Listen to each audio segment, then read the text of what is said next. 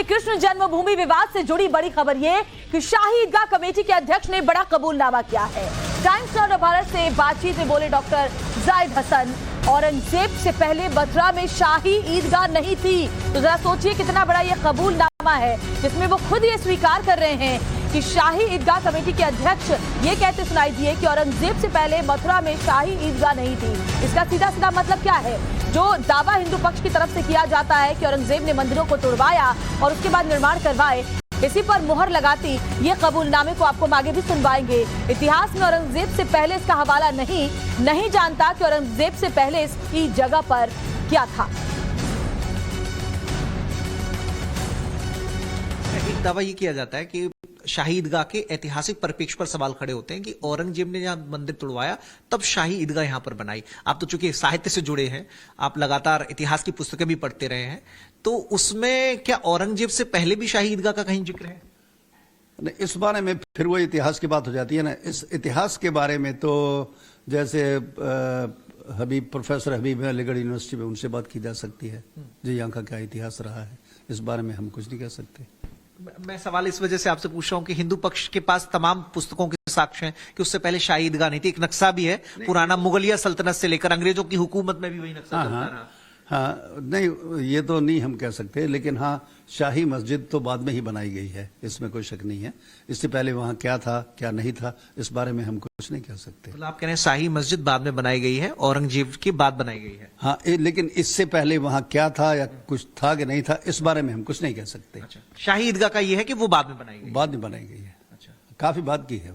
हाँ। इसी वजह से नक्शे में उसका जिक्र भी नहीं है, जो पुराने मुगलिया दौर के, दिल्ली सल्तनत के दौर के जो नक्शे। हाँ, उसमें उनका जिक्र नहीं। ऐसे में आपको नहीं लगता हिंदू पक्ष का दावा ज्यादा मजबूत है? नहीं, ऐसी कोई बात नहीं है, ऐसी कोई बात नहीं है। कोर्ट कमीशन को लेकर आपकी क्या राय है? क्या जो कोर्ट, वैसे यहाँ आवश्यकता बिल्कुल नहीं है, क्योंकि मैं वहाँ कितनी ही बार गया हूँ, छत पे भी गया हूँ, दाएं बाएं चारों तरफ भी मैंने घुमा फिरा हूँ। मुझे मस्जिद की दीवार पर अंदर या बाहर या मस्जिद के बाहर जहाँ पर कुआं बना हुआ है वहाँ पर मुझे कोई ऐसा चिन्ह, ऐसी कोई मूर्ति, ऐसा कोई अवशेष नजर नहीं आया जिससे मैं ये कह दूं कि यहाँ पर मंदिर था। दीवारों पर, दीवार के अंदर, छत पर, बाहर जहाँ पर कुआं है वहाँ पर, या हमारे घोसी भाई रहते हैं वहाँ पर, मुझे कोई ऐसा अवशेष नजर नहीं आया कि मैं ये कह सकूं कि यहाँ पर पहले मंदिर था। कुछ तस्वीरें हिंदू पक्ष की ओर से जारी की गई जिनमें कमल का चिन्ह और शेषनाग की आकृति थी और जिसमें से कुछ टूटे हुए थे। नहीं, ये तो है ही नहीं बिल्कुल। वहां पर वो पता नहीं कहाँ की मूर्ति होगी, कहाँ की मूर्ति लाके यहाँ पर कह दिया कि यहाँ पर है। मैं यहाँ कितनी बार गया हूँ, वहां मुझे ऐसा कोई मूर्ति या कोई कमल का फूल, मस्जिद के जो मीनार होते हैं और गुंबद होते हैं, जो गुंबद के ऊपर ढाल बनाया जाता है पत्तियों का, वो तो हर जगह कमल की पत्ती के रूप का आकार का होगा, लेकिन उससे ये नहीं कहा जा सकता कि ये मंदिर की चीज है। तो सुना आपने इस कबूलनामे से अब ये साफ जाहिर होता है कि औरंगजेब के बाद ही शाही ईदगाह यहां पर बनाई गई और खुद कमेटी के अध्यक्ष इस बात को कबूल कर रहे हैं। मथुरा में मंदिर की लोकेशन पर शाही ईदगाह बनाई गई, वो मंदिर की बुनियाद पर थी। इसके बारे में 18वीं सदी के ब्रिटिश आर्मी के इंजीनियर अलेक्जेंडर कनिंघम की किताब बेहद महत्वपूर्ण है। और देखिए, हम आपको बताते हैं कि उसमें क्या लिखा गया है कि इसमें कोई संदेह नहीं कि इस जगह पर भगवान कृष्ण का विशाल मंदिर था। आपको ये भी बताते हैं कि अलेक्जेंडर नाम के जो ब्रिटिश आर्मी के इंजीनियर थे 1862 के दौरान, जिन्होंने ये किताब लिखी और कई बार वो मथुरा गए भी थे, जो कई बार ध्वस्त किया गया और कई बार बनवाया गया। अपनी किताब में उन्होंने इस बात का जिक्र किया, जिन पत्थरों का प्रयोग मस्जिद के किनारों को बनाने के लिए किया गया था, उसके बारे में कनिंघम लिखते हैं कि उससे पता चलता है कि यहाँ मंदिर 1663 में खड़ा था। समझिए, इसमें कोई संदेह नहीं कि इस जगह पर भगवान कृष्ण का विशाल मंदिर था जो कई बार ध्वस्त किया गया था। मस्जिद के अंदर इस्तेमाल किए गए पत्थरों पर हिंदू कलाकृतियां थी जो कि नागरी लिपि में लिखी गई थी। यानी अब समझिए कि हिंदू कलाकृतियों का मंदिर की मस्जिद के अंदर जो पत्थर इस्तेमाल किए गए थे उस पर होना, ये साफ साफ दर्शाता है और इसे साबित करता है कि मंदिर को तोड़ करके ही यहाँ पर निर्माण मस्जिद का करवाया गया था। 1862 में ब्रिटिश इंजीनियर कनिंघम ने यह किताब लिखा और वो बहुत बार गए थे मथुरा। उन्होंने खुद इस बात को पूरी तरीके से देखा था, समझा था, उसके बाद इसका जिक्र अपनी किताब में किया था।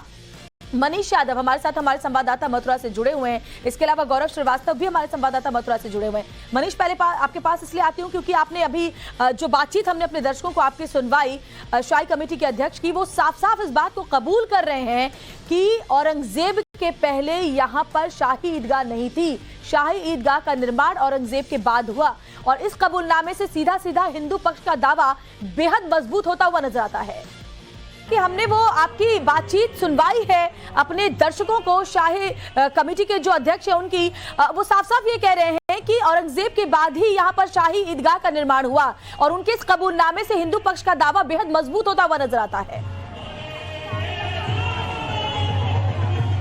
देखिए बिल्कुल, क्योंकि अब तक जो मुस्लिम पक्ष है वो दावे करता था कि शाही ईदगाह बहुत पुरानी है, यहाँ पर मंदिर का इतिहास उसकी जानकारी भले न हो, शाही ईदगाह के इतिहास की लंबी चौड़ी बातें मुस्लिम पक्ष की ओर से पेश की जाती थी और वो दलील में इस बात को कोर्ट में भी रखते आए हैं। लेकिन ये पहली दफा है जब शाही ईदगाह कमेटी के अध्यक्ष डॉक्टर हसन ये मानते हैं कि औरंगजेब के बाद से सिलसिला शुरू हुआ है शाही ईदगाह का। औरंगजेब ने, चूंकि मंदिर कई बार टूटा, कई बार बनाया गया, औरंगजेब ने जब से तुड़वाया तब वहां पर शाही ईदगाह बनाई, इस बात को डॉक्टर हसन ने माना है। यानी जो हिंदू पक्ष दावा कर रहा है कि शाही ईदगाह के नीचे वास्तविक गर्भगृह है, वो दावे को और मजबूती मिल जाती है और बल मिल जाता है। अब शाही एक अहम बात उन्होंने ये भी कही कि वो अपने समाज के बीच जाएंगे, इस बात को रखेंगे कि जो कोर्ट कमीशन का आदेश हुआ है तो क्या कोर्ट के इतर भी कोई बातचीत की जा सकती है। तो इस बात की जो बातचीत में उन्होंने इस बात को भी अपने सामने रखा है। लेकिन ये बात जो मुस्लिम पक्ष लगातार कह रहा था कि शाही ईदगाह का जो इतिहास है वो बहुत पुराना है, बहुत पहले शाही ईदगाह वहां पर स्थापित की गई थी और तब कृष्ण जन्मभूमि का मंदिर वहां नहीं था, उस दावे का खंडन अपने आप शाही ईदगाह कमेटी के डॉक्टर हसन करते हुए अपनी बातों से दिखाई दिए। तो ऐसे में जो हिंदू पक्ष है, जो 18 याचिकाएं, सही कह रहे हैं आप मनीष, आपकी बातचीत को हमने सुनवाई भी अपने दर्शकों को। गौरव का भी रुख कर लेते हैं। गौरव, कोर्ट के फैसले और सर्वे की बात सामने आने के बाद से ही हिंदू पक्ष काफी जोश में है, उत्साहित है। साधु संतों की जो बैठक है उसको लेकर के क्या अपडेट है, किस तरह से अब आगे की रणनीति पर चर्चा हो रही है? देखिए, तकरीबन आधे पौने घंटे बाद साधु संत समाज की जो बैठक है वो होनी है, लेकिन जेड हसन ने जो कहा है उसके लिए हम सीधे प्रतिक्रिया ले लेते हैं हिंदू पक्ष के प्रथम याचिकाकर्ता डॉक्टर महेंद्र प्रताप से। जेड हसन कह रहे हैं कि औरंगजेब के बाद ही ये मस्जिद का निर्माण हुआ, लेकिन मंदिर के प्रमाणों के बारे में नहीं कहता। लेकिन एक तरह से ये जीत है, मानसिक जीत है कि वो मान रहे हैं कि औरंगजेब के आदेश के बाद ही वो मस्जिद वहां पर बनाई गई थी, उसके पहले उस मस्जिद का कोई लेना देना नहीं था, जिसे बहुत पुराना बताया जाता है। देखिए, इसका बड़ा प्राचीन इतिहास है और बहुत लंबे समय से भगवान का वहाँ मंदिर है। लेकिन जिस तरह से 1670 में औरंगजेब ने विध्वंस किया, अब वो मानते इस बात को। कल जेड हसन साहब ने कहा कि वहां पर, तो मैं मानता हूं कि ये एक तरह से सनातन धर्मियों की जीत है, हिंदुत्व की जीत है और वो लोग स्वीकार करने लगे हैं कि मंदिर को तोड़ करके वहां गर्भगृह था जो भगवान का, उसे तोड़ के मस्जिद बनाई। अब वो समय आ गया है कि कोर्ट के द्वारा भी कोर्ट कमीशन का आदेश कर दिया गया है और प्रत्येक सनातन धर्मी चाहता है कि अब वहां पर मंदिर की निर्माण हो। ये बताइए कि जो कोर्ट कमीशन जाएगा उसका हिस्सा आप भी रहेंगे? बिल्कुल रहेंगे, क्योंकि सबसे पहले हमने वहां पर केस डाला था और हम उसका हिस्सा रहेंगे और हम माननीय न्यायालय के आदेश का स्वागत करते हैं और कोर्ट कमिश्नर जो आएगा उसे एक एक चीज हम दर्ज कराएंगे रिकॉर्ड में, जिससे कि केस में वो एक ठोस आधार। आपने फोटो के सबूत दिए थे, कमल, शेषनाग, वो जेड हसन साहब कह रहे हैं कमल तो रहता है, उससे मंदिर का कोई प्रमाण नहीं मिल जाता है। आपको लगता है कि कमल होता है मस्जिद में? भारतीय संस्कृति में सबसे महत्वपूर्ण कमल माना गया है और कमल का मस्जिद में क्या काम? कमल तो मस्जिद में कहीं होता नहीं, दुनिया की किसी मस्जिद में गौरव, शाही ईदगाह कमेटी के अध्यक्ष कह रहे हैं कि वो तो इतनी बार गए, उन्होंने कोई भी ऐसे चिन्ह वहां पर देखे नहीं है। बाकी जो भी सच होगा वो सर्वे में सामने आएगा, इस बात की उम्मीद हिंदू पक्ष को है। आप दोनों का बहुत बहुत शुक्रिया इस जानकारी के लिए। और यहाँ पर एक बहुत छोटी सी ब्रेक के लिए हमें रुकना